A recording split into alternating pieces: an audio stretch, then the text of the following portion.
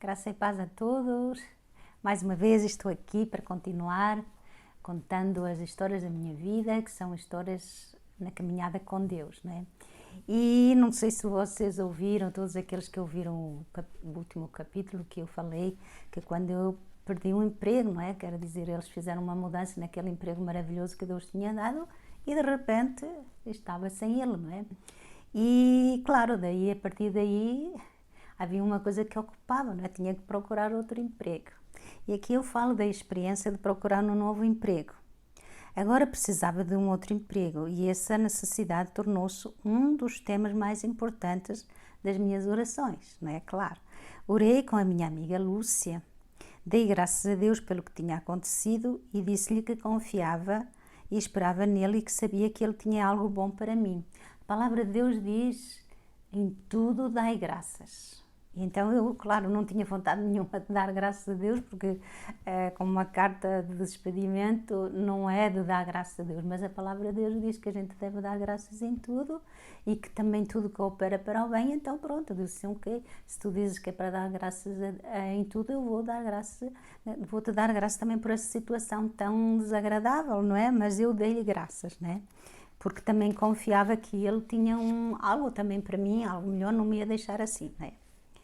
Nesse mesmo dia, ele falou comigo e disse, portanto, eu reuni-me com uma amiga minha e oramos e Deus falou, não é?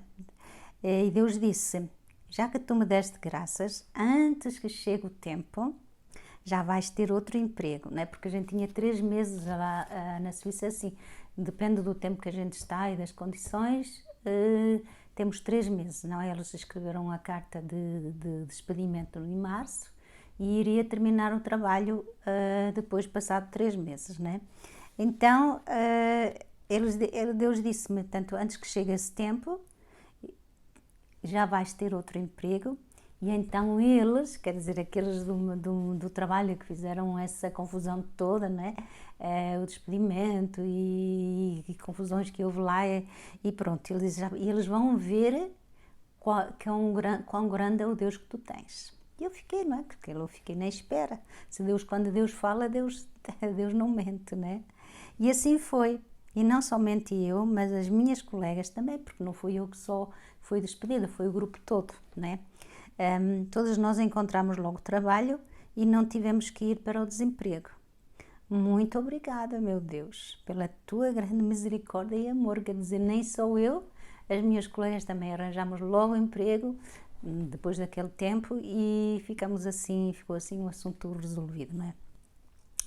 Aqui mais uma experiência, os cuidados de Deus. Um dia, no meu trabalho, portanto agora já neste novo, uma senhora que comprou apenas 2 pães, deu-me 4 francos e 20 suíços, que seriam uns 13,70 mais ou menos de euros, deu-me desse dinheiro de gorjeta.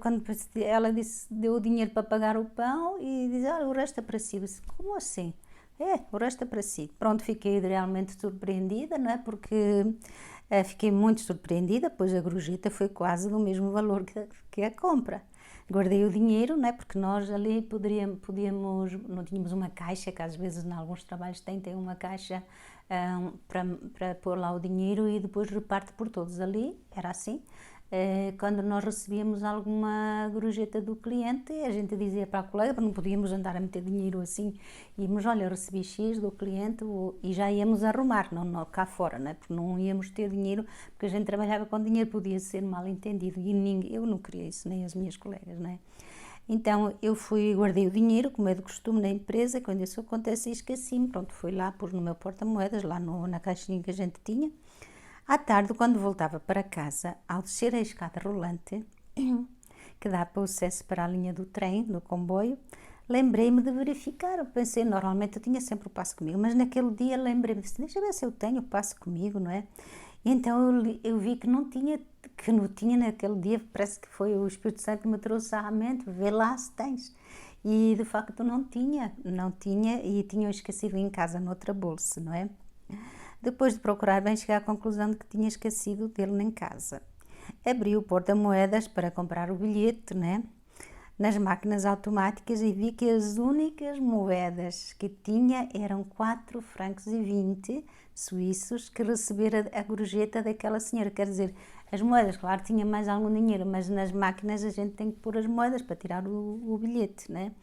Exatamente, portanto, aqueles 4,20 eram exatamente o preço do bilhete. Lá Deus é perfeito, Deus não falha nem um milímetro, né? Aqui na Suíça só se pode entrar no transporte público com bilhete válido. E só de vez em quando é que vem o controle. É uma maneira de dizer ao cidadão que se confia nele, no seu bom senso, e é também uma liberdade que acarreta consigo responsabilidade, não é? Quer dizer, a gente já tem aquela responsabilidade e o direito cívico, não é? O dever cívico, aliás, de andar corretamente, não é? De nos comportarmos corretamente, não vamos andar sem bilhete, não é? Porque aquilo também custa dinheiro. Nesse dia, porém, só vem de vez em quando o controle, não é? Só de vez em quando é que vem. Mas nesse dia, mal as portas do comboio se fecharam, surgiram lá, levantes, vários controladores, não é? Que encontraram, e já fecharam as portas e já vem assim, por favor, mostrem o bilhete. Eu disse, meu Deus, se eu não tivesse visto antes que não tinha, eu tinha o passe, só que eu tinha o deixado em casa, então eu teria apanhado uma grande multa, além da gente fica, quer dizer, eu às vezes vejo se alguém é apanhado sem bilhete e eu vejo que a pessoa fica constrangida, porque todo mundo fica olhando, já se juntam duas ou três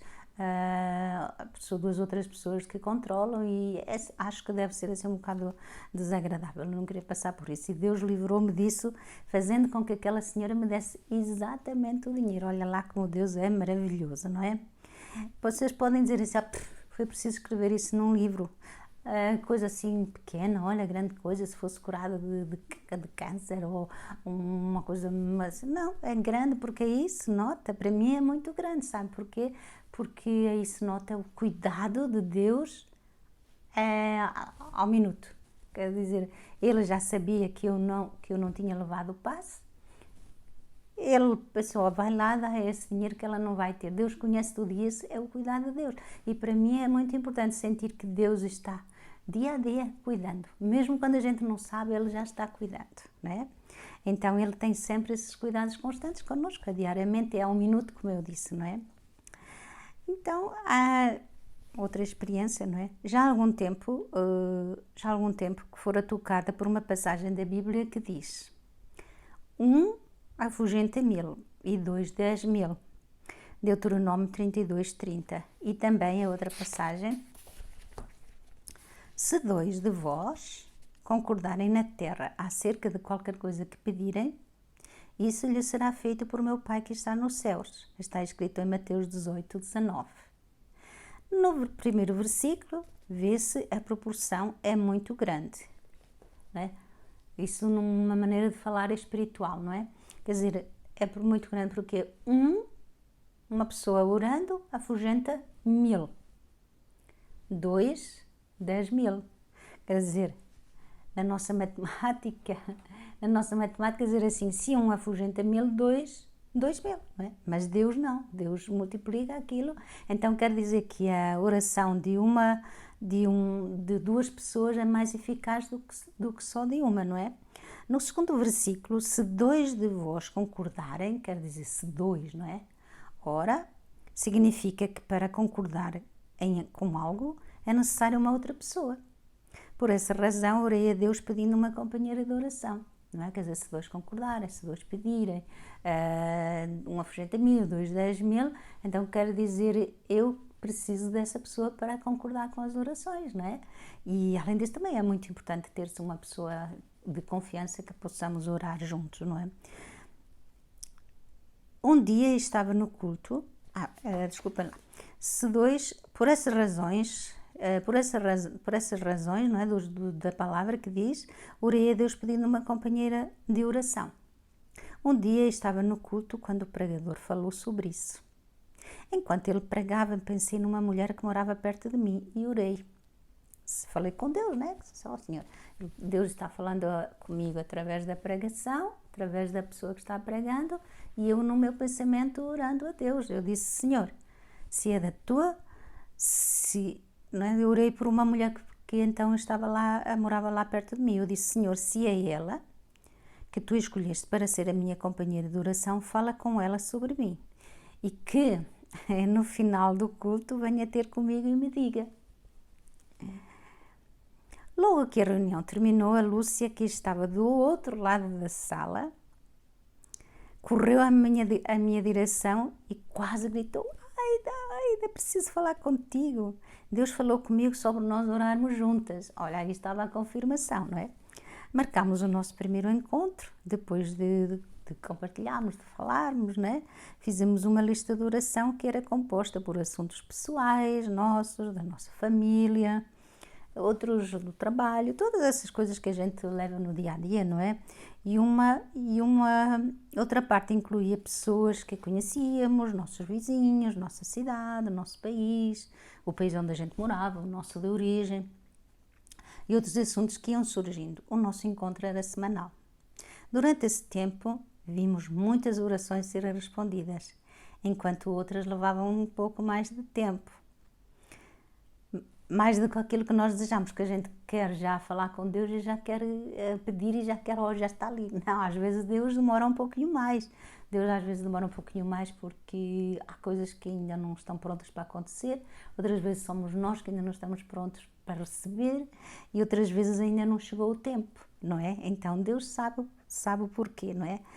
Foi nessa altura que o meu sobrinho Ricardo teve um grande acidente em que o carro capotou, mas ele não sofreu nada. Nem um arranhãozinho, nem uma dorzinha do corpo. Nada, nem os 3 colegas que o acompanhavam. Contou-me ele mais tarde. Ele me disse: tia, nada. Ainda fomos ao hospital controlar, nada, nem ao outro dia não sentiu nada. O carro ficou todo estragado, não é? Quer dizer, mas eles não tiveram nada. Mais importante eram eles, ele e os colegas, do que o carro. O carro, os pais lá arranjaram e pronto, não é? Quer dizer, Deus... É como se diz, olha, vão-se os anéis, ficam os dedos, Deus dá saúde e graça para ganhar outro dinheiro e pronto, o importante era a vida, né? Eu não creio que isso fosse coincidência, porque nós, tanto eu como a Lúcia, nós orávamos pela nossa família, um por um, nós abençoávamos e cuidávamos de todos os detalhes que a gente sabia e lá estava ele sendo levado diante de Deus em oração. Por isso é muito importante nós levarmos os nossos familiares em oração, porque não sabemos mais o que é que acontece. O Senhor guarda, o Senhor protege, o Senhor abençoa, o Senhor dirige, cuida de todo o mal, cuida dos seus companheiros, com quem eles andam, sei lá, tanta coisa que a gente pode orar por eles, né? E é realmente muito importante, não é? E eu então... estávamos orando, não é? Quer dizer, um dos motivos que também a gente orava era que eu estava solteira e naturalmente também queria uma pessoa, um companheiro, um marido, não é? Continuava solteira e esse era um dos assuntos pessoais da oração que fazia junto com a minha companheira de oração. Eu queria um marido que temesse a Deus, claro, porque se fosse um que não temesse a Deus não valia a pena, porque eu já estava nessa direção e eu queria uma pessoa que estivesse alinhada com as coisas de Deus para nos entendermos melhor, não é? E queria que fosse Deus a escolhê-lo, não é? O tempo foi passando e nada de concreto acontecia nessa área.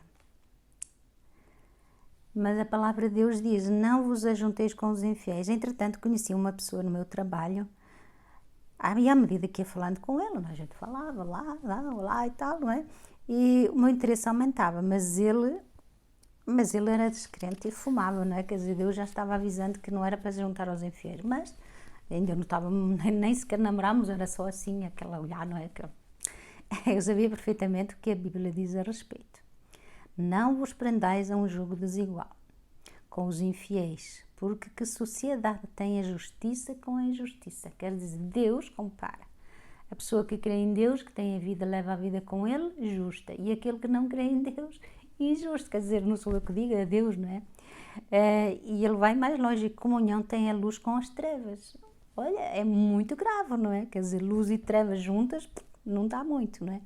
E que concordância há entre Cristo e Belial? Ou que parte tem o crente com o descrente? Quer dizer, vai explicando, diz tudo a mesma coisa, mas ele vai, o apóstolo Paulo aqui em 2 Coríntios 6, 14 e 15, ele vai, quer dizer, não tem parte, não tem como ter comunhão uma pessoa que crê com uma que não crê, uma pessoa que tem luz, outra que tem trevas, é difícil, não é? O aviso é claro, É repetido de várias maneiras e não há desculpa para não obedecer. Conheci algumas mulheres que passaram por cima deste aviso, mas custou-lhes muitas e amargas lágrimas e depois disto, para algumas, o divórcio. Quer dizer, o casamento não é para divórcio. Deus diz que é um laço, é um pacto, é diante de Deus e diante dos homens, não é? E Deus diz, eu odeio o divórcio.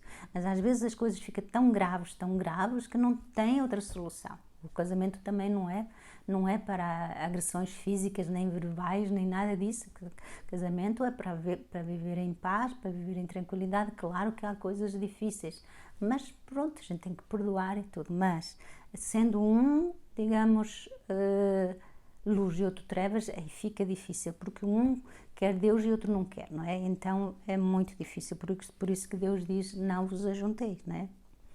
Eu estava consciente da situação, mas orei por ele, pela sua salvação. Orar por uma pessoa para que se converta é sempre da vontade de Deus, sempre, não é? Isso eu sabia que estava certa. Orei também para que deixasse fumar e ele deixou. Quando ele me contou que tinha deixado de fumar, pensei, uau, é um sinal. Deus está no assunto, já começou a trabalhar, não é? Mas passou-se mais algum tempo e constatei que não era assim. Por que é tão importante unir-se a uma pessoa que crê em Deus? Aquele que crê é diferente do que não crê, como nós podemos ver em cima, ler, né? Que realmente é assim, não é? Quer dizer, a pessoa que crê fala diferente, pensa diferente, tem interesses diferentes, etc. Explicando melhor. O crente e os crentes falam idiomas distintos, não é? Enquanto que a gente, como crente, quer falar das coisas de Deus, quer falar das experiências, o outro não entende nada do que estás para aí a dizer, o que é isso, porquê? Porque só falas nas coisas de Deus, crente, já estou enjoado, olha, não é? Quer dizer, um fala de Deus e das suas ricas experiências com Ele e o outro não entende. Um quer ir à igreja, ouvir a palavra de Deus, e o outro quer ir ao clube, ao cinema, ao futebol, quer dizer, não é? Como se diz em alemão, vá-se ao Immer, quer dizer, não é igual, não puxa para ir lá, não é? Quer dizer, então fica difícil, um puxa para um lado, outro puxa para o outro, não é? Imagina, então, por exemplo, até mesmo por causa dos filhos. Imagina um pai crente e uma mãe descrente, ou vice-versa, não é? Um diz ao filho que há Deus e o outro diz que não há. Um aconselha ao filho que ora, busca Deus quando se encontrar em alguma aflição.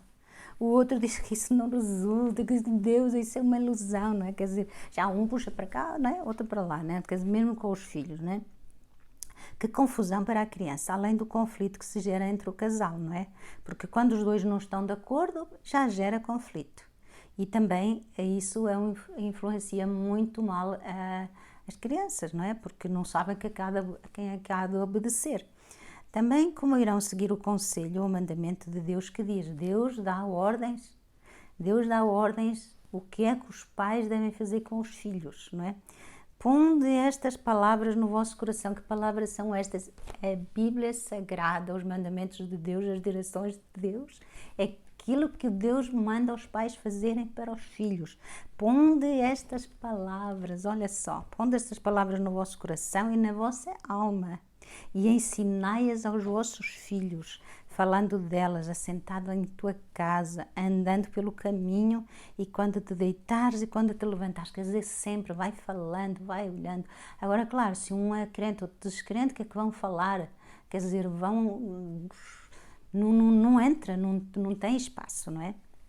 Então é muito importante serem os dois crentes em Deus, não é? Portanto, a responsabilidade dos pais é educar os filhos no caminho do Senhor, mas se um deles não crê, torna-se mais difícil, porque a tendência do ser humano é viver sem Deus e seguir o mal. Essa é a tendência. A tendência do ser humano nosso é ir sem Deus pelo caminho, porque não precisa, não é? E então, por isso que é um trabalho muito grande para os pais, uma grande responsabilidade ensinar os filhos no caminho do Senhor. Para isso eles têm que os conhecer, para isso eles também têm que ler, não é? Então, a oração de entrega. Quando cheguei à conclusão de que Deus, na realidade, não estava nesse assunto, em relação àquela pessoa que eu falei antes, fiz a seguinte oração. Pai, eu sei que tu já ouviste a minha oração sobre este importante assunto, porque é muito importante. Portanto, há várias coisas importantes na nossa vida, as decisões. O curso que a gente tira, o emprego, quer dizer, como é que se diz? A carreira que a gente faz é muito importante. É muito importante com quem se vai casar.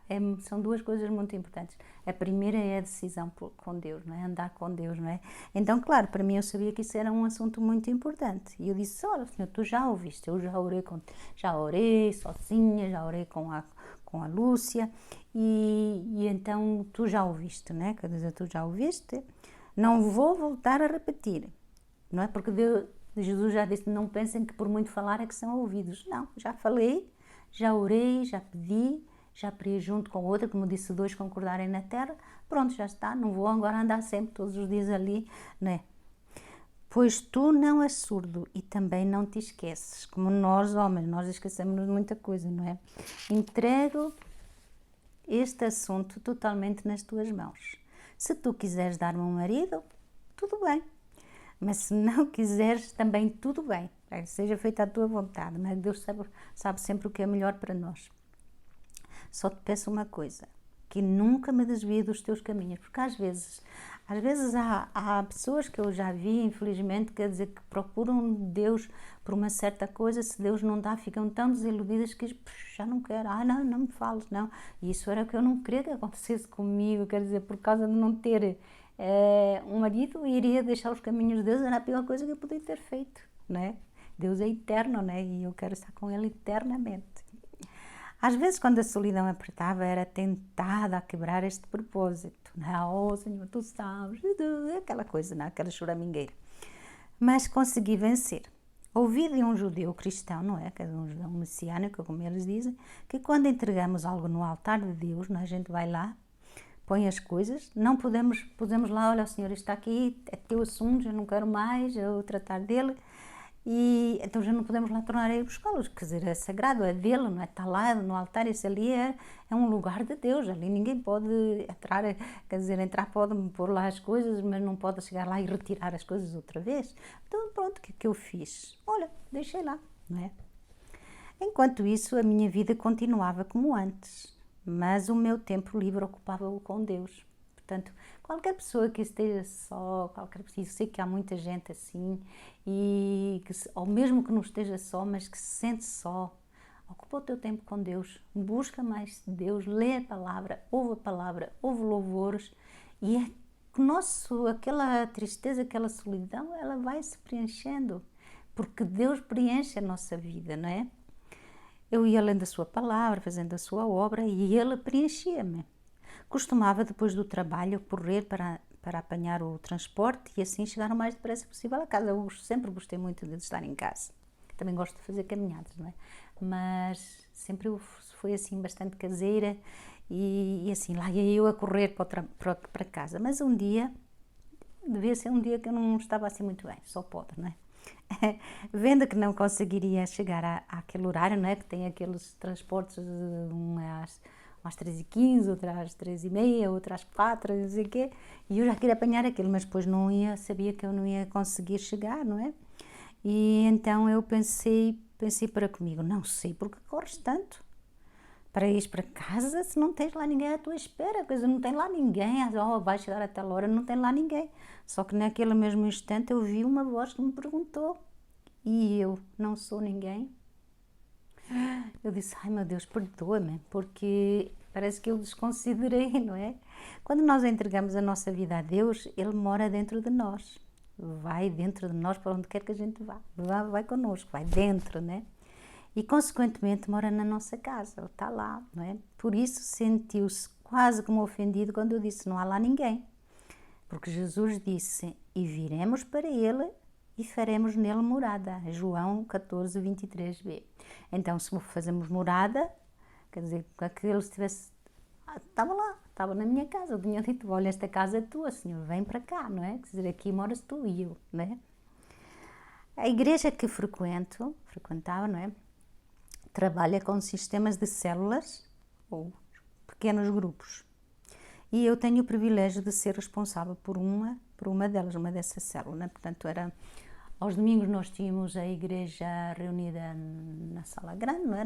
No lugar do culto, e durante a semana e tínhamos vários líderes e cada um tinha no dia em que era melhor para o grupo, e era uma vez por semana onde nós nos encontrávamos, a gente orava, lia, compartilhava, cantava louvores, vivia, era muito bonito porque a gente se conhece melhor, há aquele convívio, é aquilo que dá, quer dizer, dá graça, é bom ter Deus, muito bom, muito bom, muito bom, muito bom.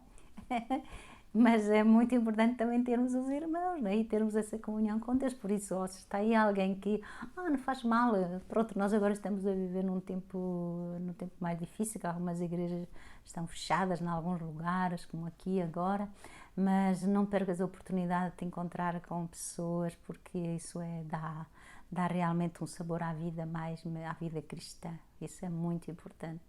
Não deixeis de vos congregar, diz o apóstolo Paulo. Hein? É muito importante, não é? Reunimos-nos uma vez por semana para estudarmos e partilharmos a palavra de Deus, cantamos louvores, oramos uns pelos outros e oramos por outros assuntos. Não, olha, quero que ores por meu vizinho, porque pronto, aquelas coisas assim. São momentos muito abençoados, enriquecedores. Há dias em que vou direta do trabalho e chego lá cansada, não é? Trabalhei o dia todo e chego cansada, não é? Normal, não é? Mas a alegria da presença de Deus renova as minhas forças e faz desaparecer todo o cansaço. Aquela renovação, quer dizer, parece que tomei centenas de vitaminas, é uma vida que entra na nossa vida, é algo muito bom, não é? Quando volto para casa, a alegria é tanta que me custa adormecer. Às vezes está naquela alegria tão grande que a alegria não deixa adormecer porque está muito vivo, não é? Dentro da gente, não é? Além disso, também dou cursos para futuros obreiros da igreja e com isso o meu sonho de ser professora fica em parte realizado, não é? Quer dizer, lá estava eu desde pequena sempre me ouvia no meu trabalho, eu tinha que ter sempre gente à minha frente, falando para eles e comunicando com eles, e lá estava eu, não é? Não era na escola secular, mas era ali, não é? Então eu em parte estava realizando aquele sonho. Deus é muito bom, não é? Portanto, não sei se dar aulas seculares traz alegria, mas ensinar a palavra de Deus, isso eu sei, traz muita alegria. E a palavra de Deus diz, também um dia Deus confirmou-me com essa palavra de Daniel 12, 3b, que diz, os que a muitos, Daniel, acho que não é Daniel, acho que é um erro aqui do livro, alguém que corrigiu. Os que a muitos ensinam a justiça refulgirão como as estrelas, brilharão como as estrelas, sempre e eternamente. É uma alegria que certamente vai, porque Deus diz que tudo aquilo que nós fazemos na sua obra tem uma recompensa, não é? Então, muitos dos que ensinam a justiça brilham como as estrelas, e é verdade, eu posso dizer que é assim, é realmente uma alegria, não é? Então, houve um tempo em que no pequeno grupo também organizávamos chamámos-lhe um tempo de colheita, não é?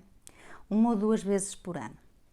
Isso era assim, era uma festinha que fazíamos na igreja ou na casa de uma das pessoas do grupo, não é? Diz, pode ser na minha casa, eu tenho espaço, não é? Quer dizer, a gente começava a organizar, conforme o tamanho da casa. O objetivo era convidar pessoas nossas conhecidas para estar connosco, e assim, dessa maneira, podemos partilhar as nossas experiências e falar da salvação em Jesus Cristo. O nosso interesse é ganhar almas, não é? Como disse Jesus, ide por todo o mundo, fazei discípulos, não é? Pregai o Evangelho a todo o mundo, não é? E esse era o nosso objetivo, porque, como eu digo, olha, é tão bom que a gente quer para todos, não é? Então, a organização dessas festinhas, né, dá muito trabalho, embora as tarefas sejam repartidas entre todos, não é? Olha, um traz uma coisa, outro traz outra, um faz isto, outro faz aquilo, havia uma organização, não é? Peças de teatro, conforme aquilo que a gente iria dirigir. Numa dessas festas vim para casa frustrada, pois as pessoas foram, comeram, conversaram, mas assim como chegaram, assim foram embora. Não houve fruto, aquele fruto que a gente queria, das coisas de Deus não tivemos. Isso causou-me tristeza e então falei com Deus e disse-lhe, Senhor, tivemos tanto trabalho para realizar esse encontro e não vi resultado nenhum. Ao que ele logo me respondeu, sem oração nada acontece. E eu digo assim, credo, às vezes a gente fica como cega, não sei, olhando para umas coisas, vamos organizar, vamos fazer tudo, e esquece do mais importante. E Deus disse, sem oração nada acontece. Tive que reconhecer que erramos, ocupámos-nos tanto com a preparação, negligenciamos o mais importante, a oração, sem a qual nada acontece, como Deus disse. Por isso eu quero dizer uma coisa, se tens alguma coisa para fazer, algum projeto, não esqueças a oração. Não esqueças a oração, a intercessão, pedir pessoas de confiança que orem contigo, porque isso é o mais importante. É assim que Deus vai operar os resultados só através da oração, não é? Portanto, se orarmos e pedirmos, cumpre-se a palavra que Jesus disse, onde estiverem 2 ou 3 reunidos em meu nome, aí estarei eu no meio deles. E onde Jesus está, acontece sempre algo maravilhoso. Não é possível não acontecer nada. A simples presença dele muda todo o ambiente. E nós podemos ler na palavra de Deus onde Jesus passava, né? Leiam o Evangelho e comecem a ver, olha, Jesus sai de casa, já encontra o depois vem outro doente, depois vem outro não sei o quê, outro que lhe pergunta, quer-se dizer, por onde Jesus vai, onde Jesus passa, acontece sempre algo muito bom, muda o ambiente, muda tudo na nossa vida. Então, que Deus abençoe vocês com essa palavra e procure, nunca deixem de orar. Amém? Até o próximo capítulo. No próximo capítulo eu vou falar de outros momentos, né? Que há momentos e há momentos de desânimo. Tudo isso faz parte da vida cristã. Amém? Deus abençoe.